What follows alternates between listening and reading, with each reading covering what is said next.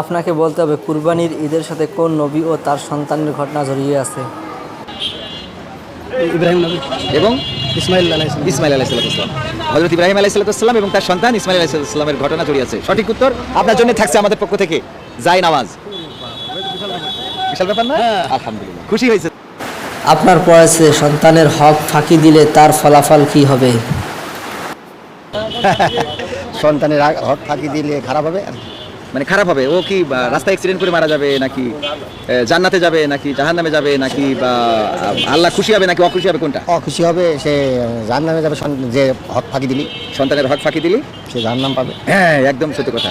যদি ছেলে মেয়ের সংখ্যা বেশি হয়ে যায়, ছেলে একটা থাকে, অনেকেই মেয়ের সম্পদ ছেলের নামে দিয়ে দেয়, যদি এই কাজ করে তাহলে কি হবে? সে জাহান্নাম হবে। জাহান্নাম হবে। যদি সে ইবাদতকারী হয়, নামাজ পড়ে রোজা করে, ওতে কোনো কাজ হবে না। ইয়েস, একদম সত্য কথা। ও যদি নামাজ পড়ে, দর্শক, নামাজি, রোজাদার, হজ করাও যদি, মানে হাজী সাহেব যদি হয়, কোনো হজে কাজ হবে না। সঠিক উত্তর।